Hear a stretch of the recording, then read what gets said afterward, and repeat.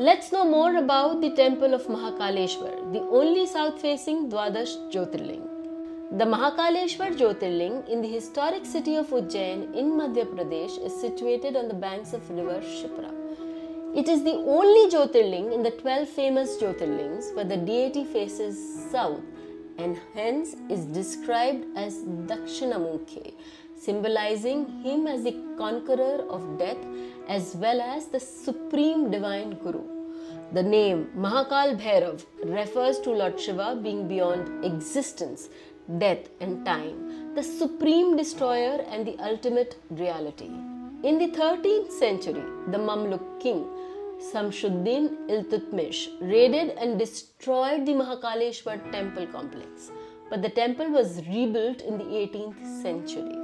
The Koti Rudra Samhita section of Shiva Puran narrates the story behind this powerful and unique Jyotirling.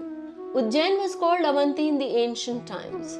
Once there lived a pious Brahmin and Vedic scholar named Vedpriya with his 4 sons, Devpriya, Priyamedas, Sukrit and Dharmavahin in the city of Avanti. The father and sons were ardent devotees of Lord Shiva. So sincere was their devotion that the entire city was blessed with glory, peace and prosperity. In that region, there also lived an asur called Dusan on the Ratnmala hills. He prayed to Lord Brahma, who blessed him with invincibility. It was not possible for anyone to defeat him. He was an evil being who destroyed city after city, temple after temple. He disliked the Devatas, the Vedas and the worship of the gods. He stopped people from worshipping and destroyed anyone who disobeyed him. He had heard of the splendor of Avanti and came to attack it with his army of Asuras. The Asuras of Dushan started destroying the whole city, but Vedapriya and his sons did not give up worshipping Lord Shiva. This enraged Dushan and his evil army started carrying out terrible brutalities to the whole city of Avanti. The people of Avanti requested Vedapriya to stop his worship so that the violence could be stopped. But Vedapriya said, Lord Shiva will protect us. As Vedapriya and his sons continued their prayers to the Shivalinga, Dusan rushed into the sanctum of the temple to attack them. As Dusan raised his sword to behead Vedapriya, the ground started shaking. A huge chasm appeared in the ground next to the Shivalinga.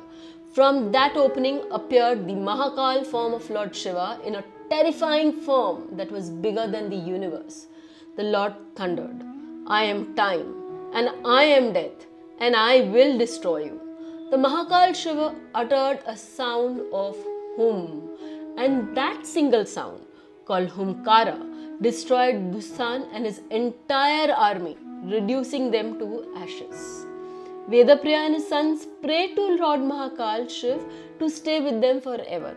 Shiv blessed them by merging into the Shivalinga and thus leading to the formation of Mahakaleshwar Jyotirlinga. Thus, the Mahakaleshwar Jyotirling is considered to be Swayambhu or self-formed and not established by humans and rituals, and it derives its power from itself.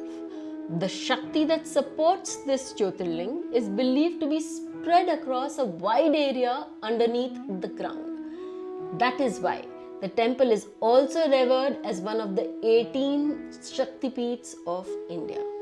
The Mahakaleshwar temple has 3 levels, one of which is underground, known as the Garbhagriha. The massive Shivalinga of Mahakaleshwar is on the underground level. On the second level is the Omkareshwar Linga. The third level has the statue of Lord Shiva in the form of Nagchandreshwar. Here, Lord Shiva and Mother Parvati are seated on a 10-hooded snake. The Nagachandreshwar deity can be viewed by the public only on one day in the year, on the Nag Panchami day. It remains shut on all the other days. An interesting ritual carried out here is the Bhasma Aarti, which is worshipping and offering the ashes to Lord Shiva or the Jyotirlinga. Bhasma signifies the true non-dual form of the world. Bhasma is considered to be pure, unchanging and indestructible, just like Lord Shiva, and so is always worn by Lord Shiva on his body.